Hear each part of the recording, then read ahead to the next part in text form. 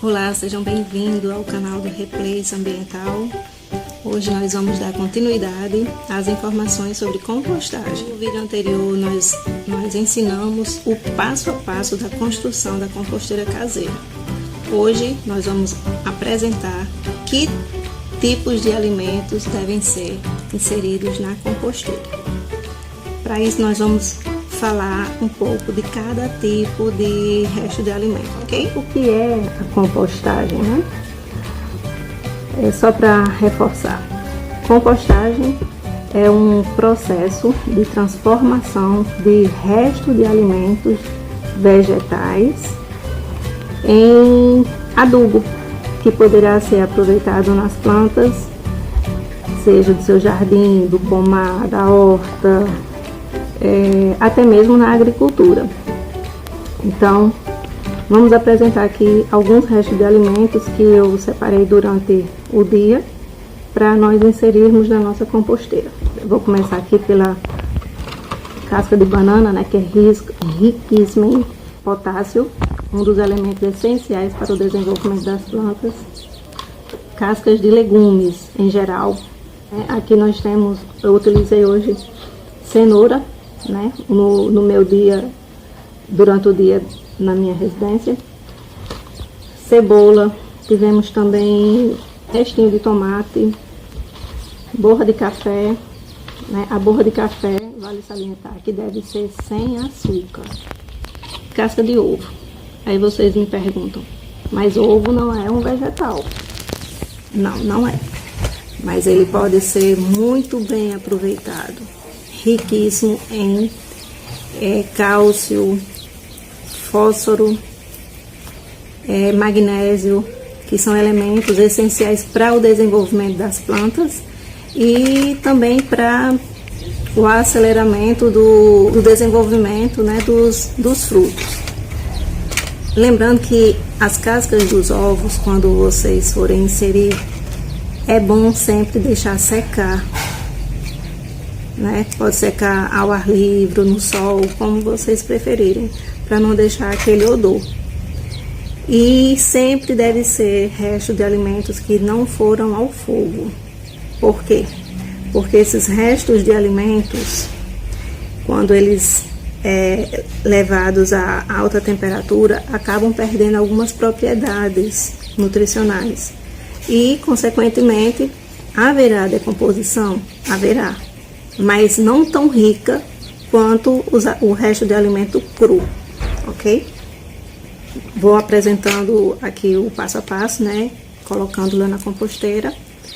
E vocês vão perceber que pode colocar a casca da banana inteira, pode colocar pedaços maiores, porém a decomposição será mais lenta.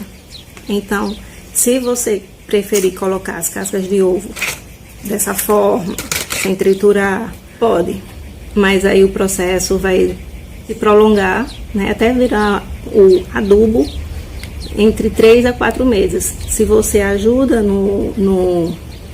na decomposição, ou seja, triturando, picotando, diminuindo o tamanho dos restos de alimentos, o processo será bem mais rápido. Uma economia aí de 30 dias em média.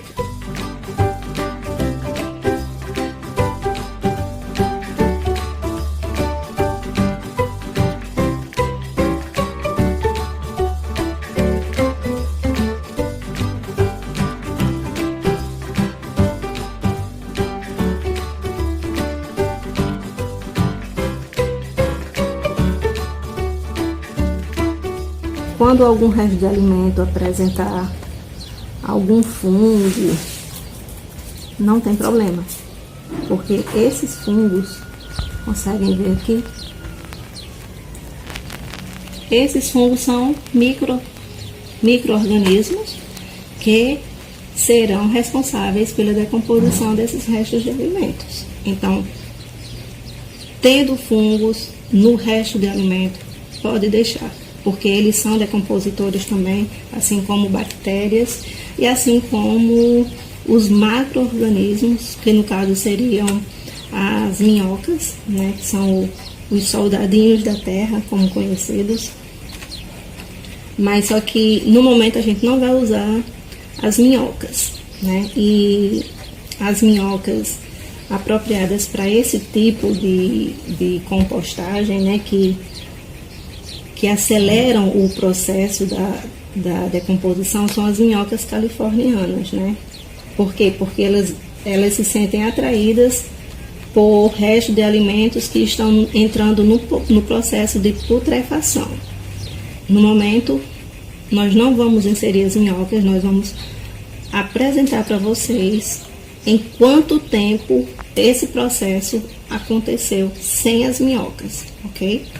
Depois, em um outro vídeo, eu vou informar quando existem as restrições para usar as cascas de alimentos de frutas cítricas, certo? Existem algumas restrições, mas eu só vou falar sobre esse processo no próximo vídeo. Então, nós vamos começar a inserir aqui mostra aqui, nosso resto de alimento. Aqui já teve alguns que eu já havia colocado antes, né?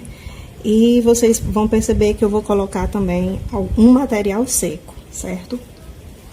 Então, a gente pode agora ir completando os espaços, né? Porque agora, depois que a gente inserir esse resto de alimento, nós vamos colocar o material seco cobrindo.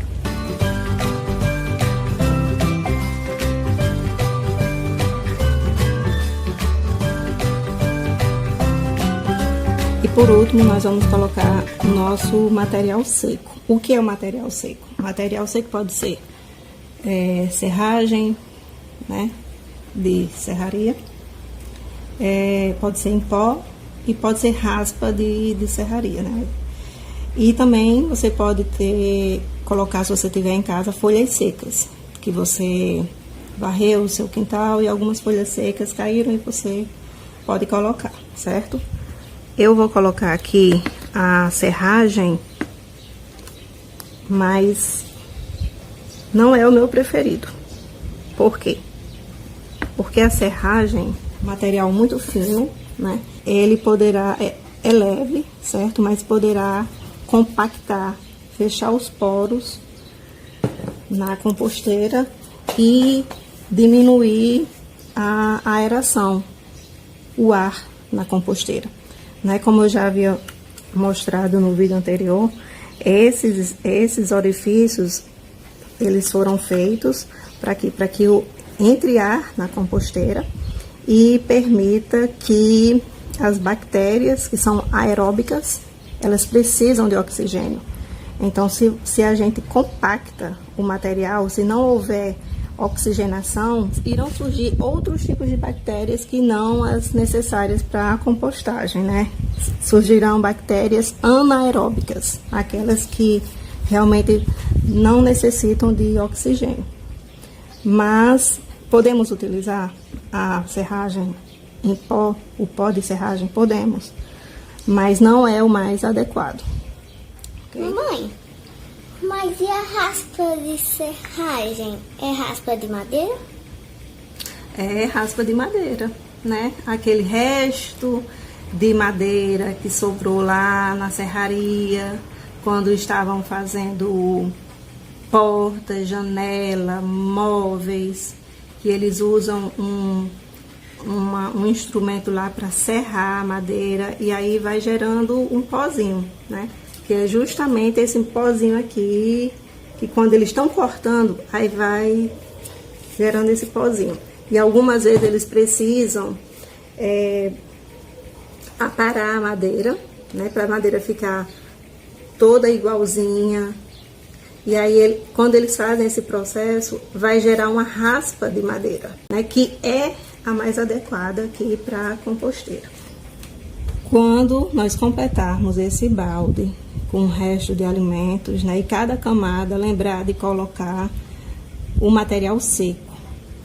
Você não vai precisar ficar revolvendo esse material cada vez que você colocar. Basta você fazer esse revolvimento, esse reviramento com uma colher de de jardinagem, né, uma pazinha de jardinagem, ou o que você tiver em casa, só a cada 2 dias, certo? Isso promoverá uma maior oxigenação no recipiente. Depois que completar esse balde, antes dos furinhos, né, você vai mudar de posição. Esse balde cheio, depois de cheio, virar para baixo.